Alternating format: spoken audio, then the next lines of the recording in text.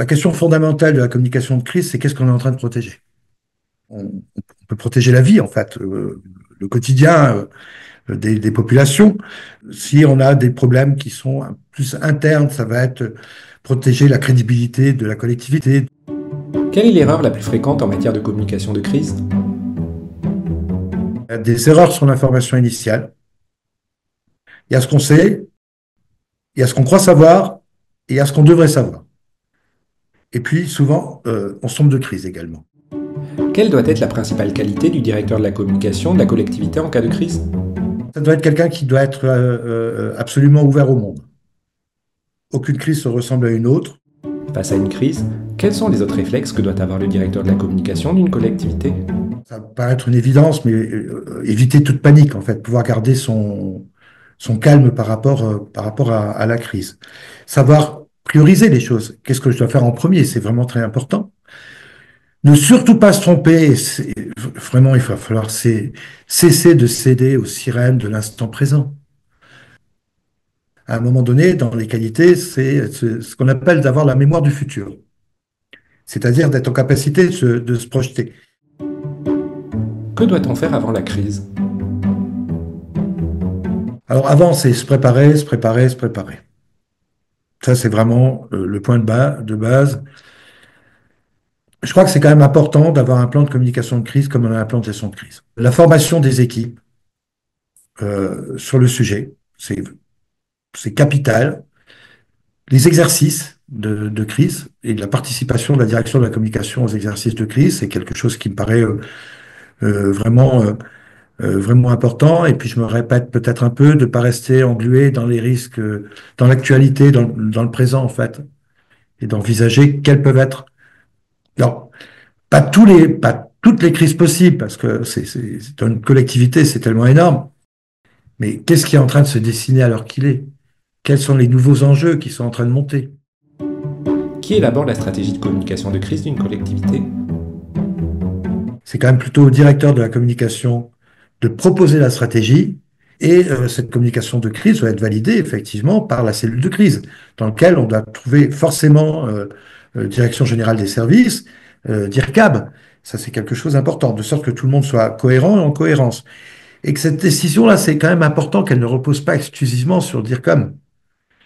Parce que c'est un ensemble, la gestion de crise. Un DIRCOM peut dire, oh, j'ai envie de communiquer là-dessus, mais quelqu'un d'autre va dire non parce que on a un risque juridique, par exemple. Quel est le principal problème des stratégies de communication de crise? On confond les outils, les opérations avec la stratégie, bien souvent. Comment se traduit la mise en œuvre de la communication de crise? Mettre en œuvre, c'est faire l'ensemble de la communication interne et communiquer, la façon dont on va communiquer avec les populations, c'est la préparation des porte-paroles. Pendant la crise, le directeur de la communication peut-il être le porte-parole de la collectivité? Moi, je n'aime pas que le directeur ou la directrice de la communication de crise, de la communication, soit porte-parole.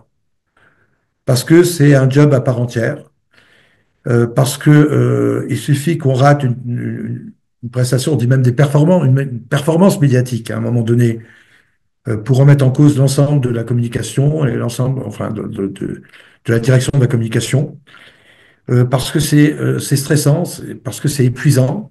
Donc, je préfère qu'il soit à la manœuvre. Je préfère qu'ils scénarisent, qu'ils soient en train de se dire qu'est-ce qui peut se passer après, qu'est-ce qu'on doit préparer. Je préfère un ou une, dire comme prépare les porte-paroles plutôt que de l'être. Pour vous, qui doit être le porte-parole de la collectivité en cas de crise? On va avoir une phase émotionnelle qui va être forte. Dans cette phase émotionnelle, ça doit être à l'élu de prendre la parole. Président, présidente du conseil départemental, président, présidente du conseil régional, maire d'une commune. Ça, c'est pour montrer que la commune est mobilisée au plus haut niveau dès le départ et au niveau également politique. Ensuite, dans un second temps, les questions qui vont se poser vont être des questions d'ordre plus technique, en fait. Et là, on va avoir des porte-paroles qui seront plus en phase avec la crise elle-même, avec les attentes qu'il peut y avoir de la part des populations.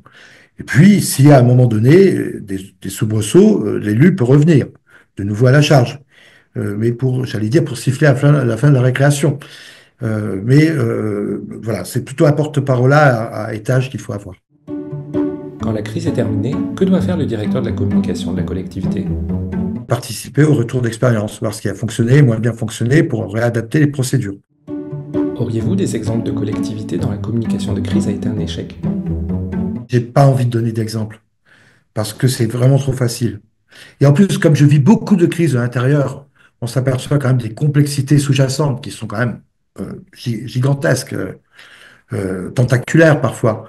C'est tellement facile de dire que son performance médiatique, ok, elle n'a pas fonctionné, mais l'important c'est de gagner à la fin. Et gagner à la fin, c'est faire en sorte qu'on ait protégé ce qu'on a voulu protéger, qu'on ait gardé la crédibilité et la légitimité.